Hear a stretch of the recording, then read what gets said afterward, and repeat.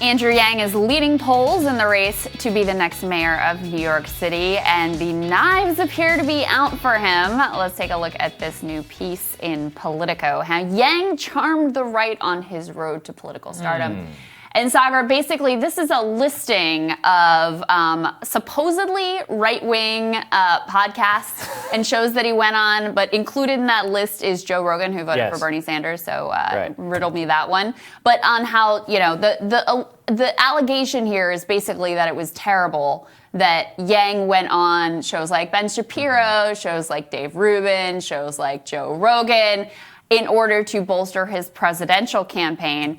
And there's just so much of this that I have a problem with. First of all, I mean, some of these people, like, I don't even like some of them. Some of them I do like, some of them I respect, some of them I don't respect. It's really not about that. But this instinct to always destroy people with guilt by association, and this idea also that you shouldn't be reaching out to audiences that maybe aren't already ideologically aligned to you, is totally bananas. And then the other part of it that makes me extra enraged is, like, you remember during the presidential campaign, the mainstream they wouldn't interview him. Wouldn't cover him. They wouldn't interview him. They'd leave him off of graphics. They'd ignore that he was on the debate stage. They'd produce poll results and just leave him out of them entirely, even though he was rating higher than some of the big name candidates that they focused on all the time.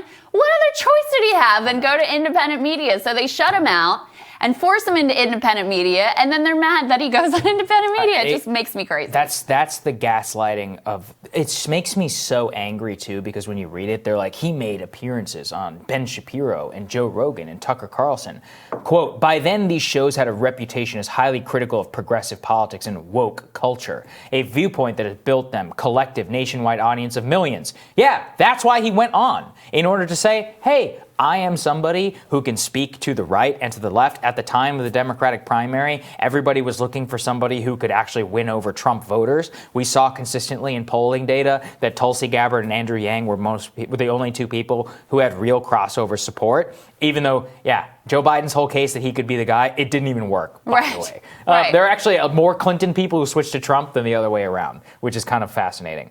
But then, if you go and you take a look at what he said, he goes, quote, I was trying to, frankly, get people's pay attention to my campaign and the ideas about automation and universal basic income. Okay, obviously. This is just a disgusting smear piece. And they are doing everything they can in order to try and destroy him. Every quote they take out of context, they're like, that's not a real bodega, Andrew Yang. Like, who do you think you are? He's still polling in the top. So, like, that's the one good thing that comes from all of this is it shows how irrelevant, sniping, and annoying our political media are. Yeah. And that at least in the New York City case, it seems people can see right through it. They're like, no, I like Andrew Yang. And that's all there really is to it. Yeah, this crap is not landing. But boy, are they trying. But yeah, I mean, this just combines some of my least favorite typical arguments. There's also, running throughout this piece is the idea that you're not allowed to even question an obsession with just representation-based identity politics. Like, that should be just totally off the table. This idea of guilt by association, this idea that, you should just stay in your lane and not ever try to appeal to a voter who's different from you. And listen, I had my issues with how Yang positioned himself in the presidential campaign when he came out against Medicare for All. I've had my issues with how he's positioned himself in the mayoral race, especially his anti-BDS stance and equating that with anti-Semitism. But talk about the policy. Talk about the issues. Like, attack him on UBI. That's a totally fair game. And I know that he would be, like, having interviewed him. He would sit and talk to you. He'd be happy to debate it and go back and forth. And I hope we have the chance to do that again with him here sometime soon. But these type of potshot attacks, I guess, like you said, the good news is the silver lining is it doesn't work.